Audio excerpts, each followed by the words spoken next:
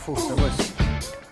C'est pas faux, non seulement ça bosse, mais ça bosse tôt pour préparer. On se lève tôt pour venir. Sauf pour l'arrivée du Tour de France, parce que là, on peut pas dire que, bon, vous saviez, il n'y a pas eu une grande surprise. On n'a pas une surprise. Chris Froome à l'arrivée qui remporte cette 102e édition. C'était la 21e étape hier entre Sèvres dans les Hauts-de-Seine et les Champs-Élysées sur la région parisienne, Paris même. On regarde ce qui s'est passé hier pour ceux qui n'auraient pas vu les belles images avec le Britannique Chris Froome qui est donc sur la plus haute marche du podium du Tour comme en 2013. À ses côtés, le Colombien Quintana et l'Espagnol Valverde.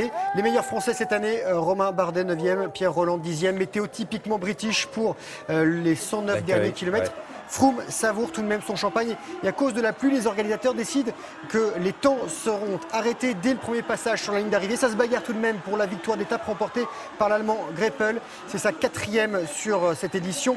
Les Français Villermoz, Bardet et Pinot ont remporté une étape chacun. 38 des 198 coureurs au départ n'ont pas vu les Champs-Élysées. Rendez-vous le 2 juillet 2016 au Mont-Saint-Michel pour la 103e édition. Encore un mot de cyclisme, Thomas, avec les princesses de la petite reine. C'était la course by le Tour de France. 98 km réservés aux 120 coureuses, en fait des femmes qui donc ont couru avant, quelques heures avant l'arrivée du peloton masculin. De nombreuses chutes sur les pavés, notamment la championne du monde française Pauline Ferrand-Prévot. Et à l'arrivée, victoire de la néerlandaise Anna van der Breggen. Et elle a 25 ans, on va la voir sur le podium et on félicite toutes ces femmes qui ont couru hier. D'accord. Alors après le vélo, nous allons maintenant un petit peu parler du tennis et puis d'une victoire française. Il s'appelle Benoît Paire. Sa première victoire sur le circuit ATP. On regarde ce qui s'est passé, c'était à Bastad en Suède hier. Cela faisait une paire d'années qu'il attendait ça. Paire gagne. Bon, elle était facile. Benoît Paire, 26 ans, professionnel depuis 2007, remporte donc le premier tournoi de sa carrière. Le géant français 1m94 a dominé l'Espagnol Tommy Robredo, 21e mondial.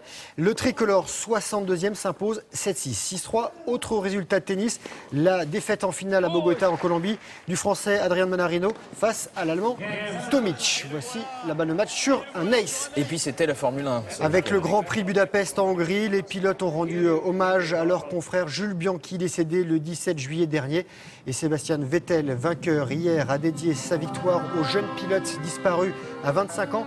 L'Allemand remporte son deuxième Grand Prix de la saison. Il a devancé le Russe Viat et l'Australien Ricciardo. Au classement général, c'est Hamilton qui est en tête devant Rosberg et Vettel.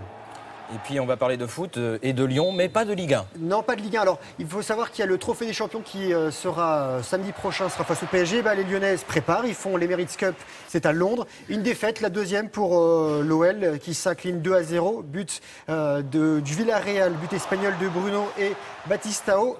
Et encore en foot avec Reims qui est en rouge, battu 2-1 par les Espagnols de Séville. Donc un but rémois qui est signé Kevin Gamero. Et puis alors comme quand même c'est l'été, vous avez un championnat de France un peu particulier, c'est le fameux championnat de France de bateaux, de course. De Tour de France à Laval. Mais juste avant, je voulais montrer une image des mondiaux de natation qui se passent en ce moment à Kazan, c'est en Russie. Ouais. Alors il y aura les courses en fin de semaine. Pour l'instant, c'est le plongeon. Regardez, ce sont ces Chinois qui sont devenus champions du monde. Ils s'appellent Eizan et Yu.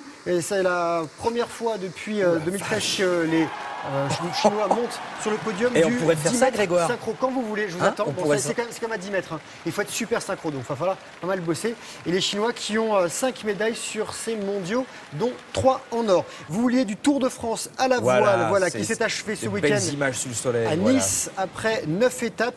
C'était la première édition courue sur des multicoques, des Diam 24, trimarans de 7,25 m avec 3 hommes et 4 femmes, 3 hommes ou 4 femmes à bord. Et c'est Spinrift de Xavier Réville et François Morvan qui remportent cette 38e édition devant Groupama et Combi West. On va rester dans la voile avec des images spectaculaires, les Extreme Sailing Series. Ça se passe à Hambourg. 9 équipages d'Extreme 40, ce sont des catamarans de 12 mètres et parfois il y a des chavirages spectaculaires. Regardez bien sur la gauche de votre écran et c'est le Danois SAP Extreme Sailing Team. Alors ça n'a pas totalement dématé, ça s'est surtout retourné et ils sont restés accrochés dans le filet. Plus de peur que de mal. Voilà, il n'y a pas eu de blessés, mais c'est quand même très spectaculaire. Je préfère le championnat du monde de plongeon. Je nous sens bien, je pense qu'on va commencer à s'entraîner. On va s'entraîner dans les couloirs. Merci beaucoup. Avec